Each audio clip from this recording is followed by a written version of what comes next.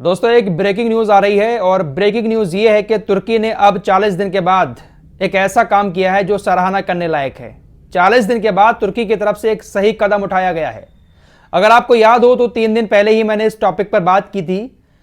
South Africa की विदेश मंत्री ने कहा था कि इस मामले को इंटरनेशनल क्रिमिनल कोर्ट में ले जाना चाहिए जो कत्लेआम गाजा के अंदर नेतन्याहू मचा रहा है।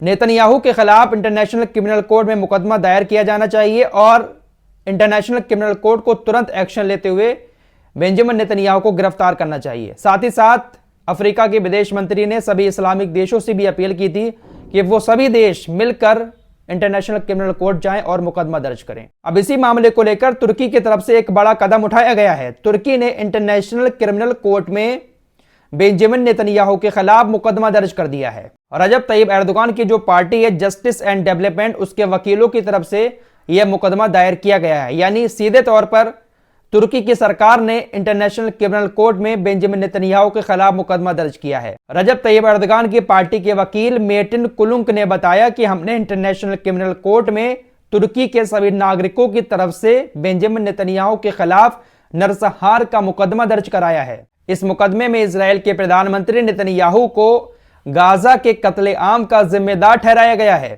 साथ ही साथ इस मुकदमे में इजराइल के प्रधानमंत्री नेतन्याहू को आज के दौर का हिटलर बताया गया है। और भी बहुत सारी बातें इजराइल और इजराइल के प्रधानमंत्री के खिलाफ लिखी हैं। काफी लंबा चौड़ा यह मुकदमा दायर किया गया है। 23 पन्ने हैं इसमें। 23 पन्नों में इजराइल और उसके प्रधानमंत्री की काली करतूतें लिखी गई हैं। वकील साहब ने बताया कि हमने पहले इसको अपने न्याय मंत्रालय में पेश किया और न्याय मंत्रालय से फिर इसको इंटरनेशनल क्रिमिनल कोर्ट में भेज दिया गया है। तो तुर्की की तरफ से पहली बार कोई सही कदम उठाया गया है। अब तक तो ये सिर्फ बड़ी बड़ी बातें कर रहे थे, जुमलेबाजी कर रहे थे, लेकिन अब कोई कदम उठाया है जिसको एक्शन लेना कहते हैं। अब ये सिर्फ तुर्की के एक्शन लेने से काम नहीं चलेगा। सभी इस्लामिक देशों को कम से कम मिलकर अपने देश के नागरिकों की तरफ से, अपने देश की सरकार की तरफ से इंटरनेशनल क्रिमिनल कोर्ट में एक एक मुकदमा दर्ज करना चाहिए बेंजामिन नेतन्याहू के खिलाफ। तब जाकर कहीं इंटरनेशनल क्रिमिनल कोर्ट इस पर विचार कर सकता है, वरना एकाध मुकदमे से शायद इंटरनेशनल क्रिमिनल कोर्ट भी बेंजामिन नेतन्याहू का कुछ नहीं बिगाड़ सकता, क्योंकि इजराइल ने इस वक्त में आकर बड़ी बड़ी संस्थाओं को ठेंगा दिखाया है। यूनाइटेड नेशन की कोई औकात नहीं समझ रहा है इजराइल। यूनाइटेड नेशंस के ही लोग मार डाले इजराइल ने हमलों में।